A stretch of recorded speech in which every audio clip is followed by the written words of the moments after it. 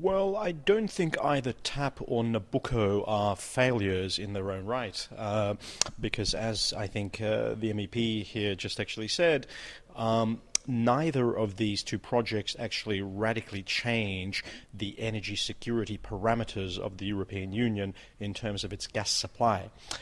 Because essentially both pipelines, which were of course part of the Southern Energy Corps initiative, were essentially designed to carry 10 billion cubic meters of gas from Azerbaijan to Europe, which is not a volume which radically alters the energy security parameters of the European Union. So I think in principle, TAP, whether TAP carries this gas, the Trans-Adriatic Pipeline, or Nabucco, or some of the other contending routes, it's not really the issue. The issue is how will this gas actually get from Caspian territory of Azerbaijan, or Caspian Sea, across Turkey to the European Union. This is the really big issue that we actually face today, and this is the really big challenge for Europe.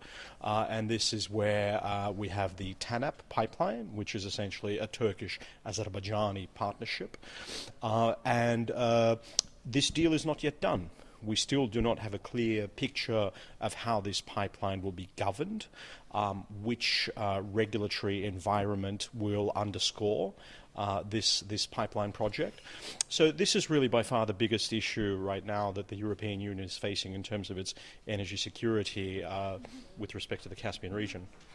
Marat Terterov, please tell us, what do you think about the security of demand? Because everybody talks always about the security of supply, but today they also were talking about the shale gas, for example, in Europe, and the other alternative ways of extracting gas. So do you think that in future Europe will need all these big projects like Nabucco and the others, for example, the Russian Southern Corridor? Well, I mean, there's two points to that question. The first point is about demand.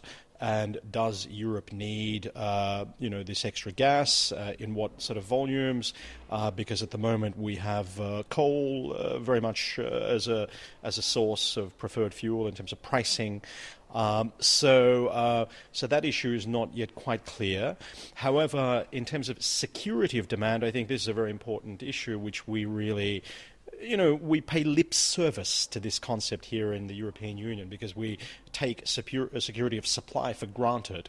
We have a certain ownership of security of supply, which is not really, I think, overly wise if we're going to develop partnerships with countries like Azerbaijan, because for countries like Azerbaijan, which are energy producers, for them, security of demand is a key strategic issue, a key policy issue, and it's really about risk sharing. So if Azerbaijan and, let's say, international energy companies are involved in developing Azerbaijan's gas reserves or fossil fuels more broadly, if they are going to come in and commit themselves to very significant investments which will last for 20, 30 years, they need to ensure that there is demand for their project. And this is about risk sharing. And sometimes we in the European Union take for granted that it's all about security of supply. It's not about security of supply. It's balancing security of supply with security of demand and balancing the risks involved in the very major investments in upstream energy projects.